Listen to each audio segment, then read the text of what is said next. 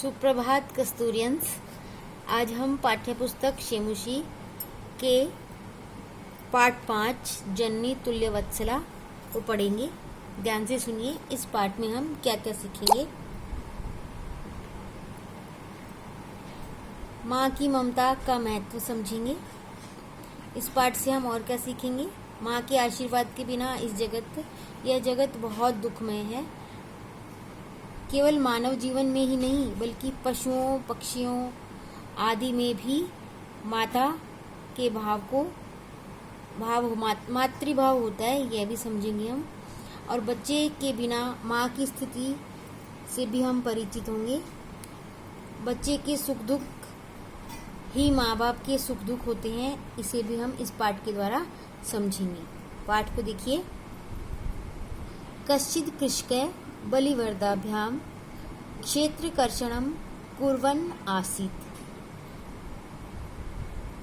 कोई किसान बलिवर्दाभ्याम मतलब दो बैलों की एक जोड़ी, तभी द्विवचन है यहाँ पे।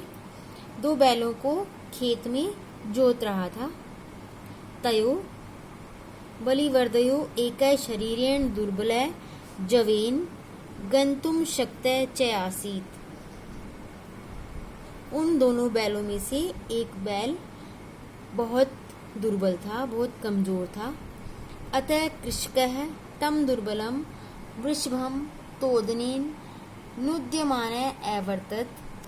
इसलिए उस किसान ने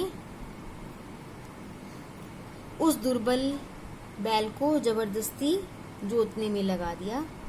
स ऋषभः वह बैल हल मूढ़वा गंतुम शक्तः क्षेत्रे पपात।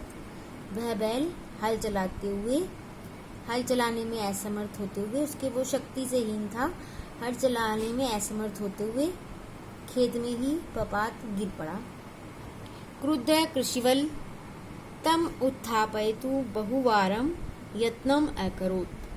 क्रोधित हुआ किसान उसे उठाने के लिए बहुत बार प्रयत्न करने लगा। उसने उसको उठाने का बहुत बार प्रयत्न किया, तथापि फिर भी वह वृष न उत्थित है, वह बैल नहीं उठा।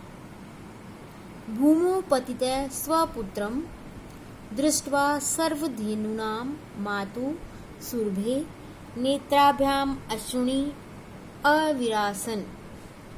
भूमि पर गिरे हुए अपने पुत्र को देखकर सभी गायों की माता सुरभि की आंखों में आंसू आ गए, उसकी आंखों से आंसू बहने लगे।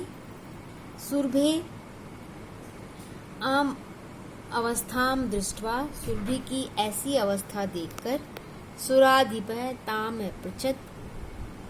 स्वयं इंद्र देवताओं के राजा इंद्र ने उससे पूछा, अयि शुभे, हे माता, किमैव रोदसी, क्यों रो रही हो। मतलब उच्चताम किमेव रोदसी, जोर से क्यों रो रही हो। ऐसा सुनकर वह बोली, भो वासवः पुत्रस्य दयनं दृष्ट्वा अहम रोधिमि। हे वासव, हे इंद्र, हे देव, मैं पुत्र की इस दीनता, इस दयाल ऐसी अवस्था को देखकर रो रही हूँ। स दीन इति जानपि कृषकः, वह बहुत दीन है, बहुत कमजोर है। यह जानपि, यह जानते हुए भी किसान तम बहुधा पीड़ति,